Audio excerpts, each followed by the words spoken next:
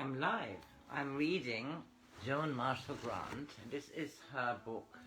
Well, it's a book about her, but it also is partly autobiographical because we are also getting to read the notes she left and jottings and so on. I am here well into the book, chapter 17. This deals with the heading, Ethics of Reincarnation. Joan Marshall Grant generally wrote books about her own previous incarnations. She wrote one novel, The Lad and the Lady, a lovely novel. And this here are her, as I said, her jottings and thoughts and knowings. Choosing an incarnation.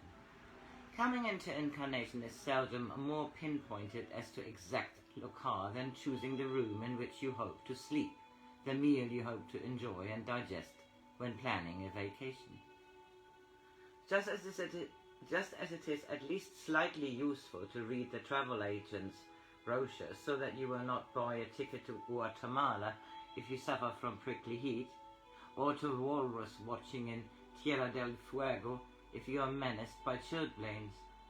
It is advisable to study the communal characteristics of any nationality or tribe to which the passport is another physical body.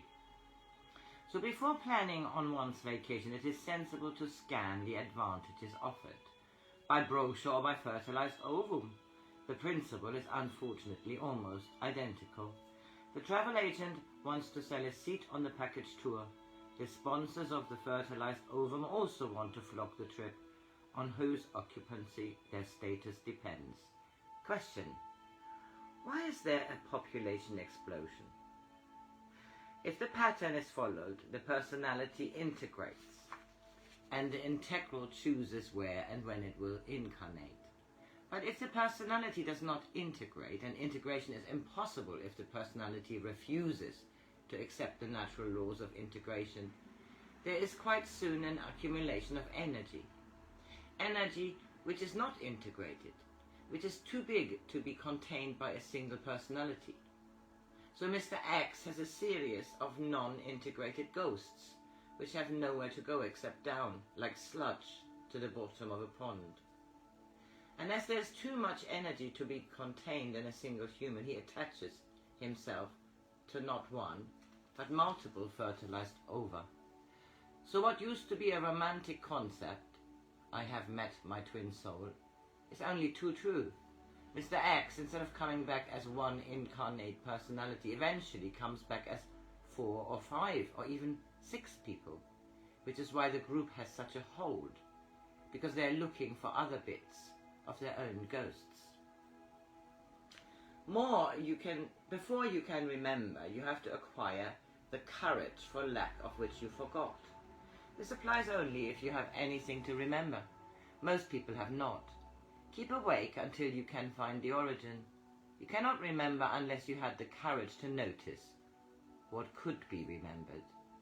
Reincarnation might be more acceptable and more accurate if presented as this.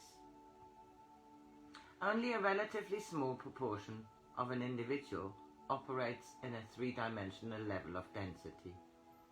Just as a proportion of an iceberg is in the air or underwater, to the bird or fish, the other part of the iceberg has no reality. The individual section functioning in 3D may be either male or female. To speak of an individual other than an androgen is as myopic as to speak of the species of bears as male, because they happen to demonstrate so-called male attitudes, or robins as female because they happen to adapt at so-called female nest building. An individual, like a species, is androgyne, has gained experiences in bodies of both sexes, and should be able to make use of all that he has acquired, without limiting these attributes by the concept that they are inappropriate to his physical structure. The further an individual in 3D is unable to utilize experience gained in form of the other sex, the greater is his inability fully to function. The energy field of an individual has at least 2 levels of density. Field B, the physical 3D, is far less malleable than Field A, the supraphysical extra 3D. During incarnation, the individual can operate easily in Field B. During excarnation, he can sometimes do so, but it is a rare technique. When in Field B, it is easy to block off the majority of Field A. When the individual finds the much greater mobility and insight of Field A too painful, he produces another vehicle in Field B in which to hide. This, of course, can be done by the enlightened in order to do a job in Field B. The duality of body and psyche is a fact. Splitting them into body and soul is one of the real hang-ups in thinking. New phrasing needed. The intellect, i.e. brain memory traces, which have no emotional or sensory components, are as transitory as the brain itself, i.e. die when the brain disintegrates. But this is another can of beans on which I can enlarge. Field A being malleable, the difference between the energy of an iron bar as opposed to the physical structure of an tabor, a change of locale or of ideas. He has refused to remain malleable, by which I do not mean shaped by others, but flexible. Illustration of the trained sentry who presents arms as opposed to the gymnast who uses her body so differently each time to keep in time with the music, i.e. one sense. Hearing in coordination with the sensory awareness of muscle. Flexion. This is odd. Yes. You see, when something doesn't make sense, you ought to investigate. 2 pages stuck together. I am ever so sorry. And this is complicated enough as it is. Field A being malleable, the difference between the energy of an iron bar as opposed to the physical structure of an iron bar, the individual can change the appearance and concentrate on any time incident it has ever experienced. So when in Field A, one can be any shape or re-experience any incident of the total individual.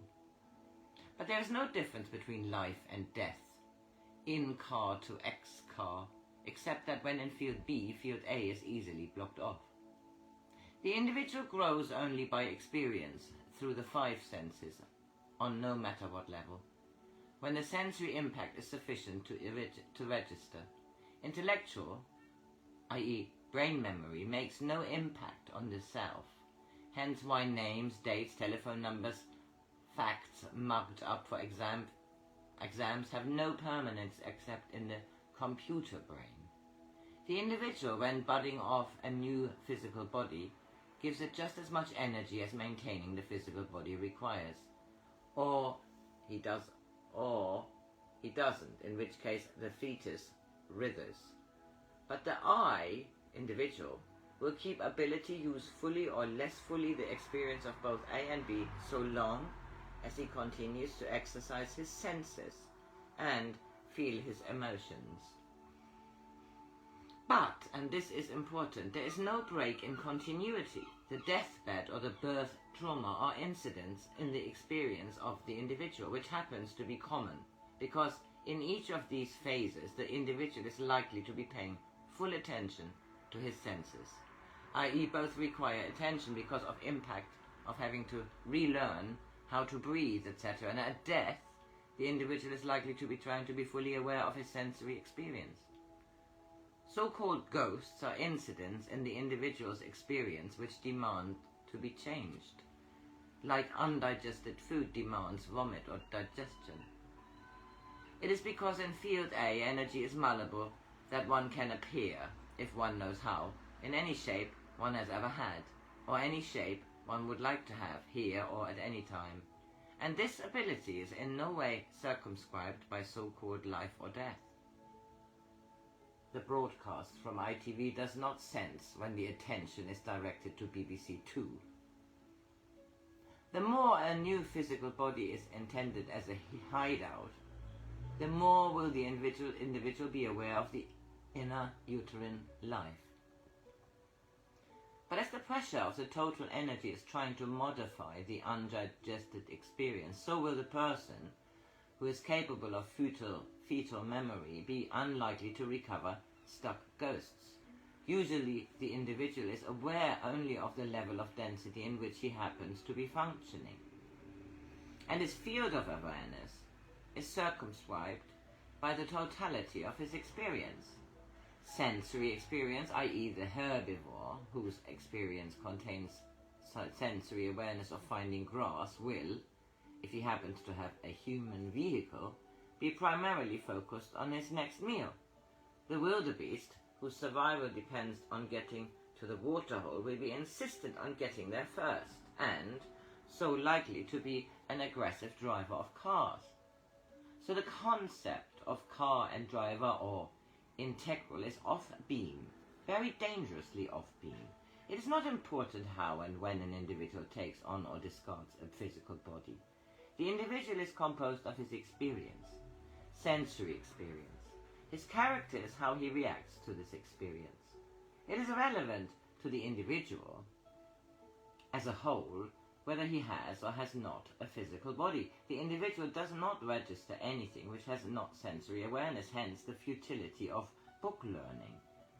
But the brain trace signals can be so loud that the individual cannot make use of his sensory experience. Hence why dogma can be such a dreadful block, stultifying to the intake of new experience. Anyone who has been circumscribed by dogma is likely to find it very difficult to use the facilities of level A. He will abhor a change of locale or of ideas. He has refused to remain malleable, by which I do not mean shaped by others, but flexible. Illustration of the trained sentry who presents arms as opposed to the gymnast who uses her body so differently each time to keep in time with the music, i.e. one sense hearing in coordination with the sensory awareness of articulation. A so-called intellectual concept can become a permanent part of the individual, providing the sensory emotional factors were in operation. For remember, energy is indestructible, and however far off beam the direction of an individual may be, there still are increases in voltage. Wrong word, can't get a better one. So instead of accumulation of personalities inducing growth and unity, the non-integrated personality splits off, and you get unorganized evolution. The irresponsibility of reading is causing the irresponsibility of killing. Blind reading is the other polarity of blind killing. Teach the young not to read because irresponsible reading is the cannon fodder of the next generation. If someone has provided a body for someone who really needs it and wants to use it,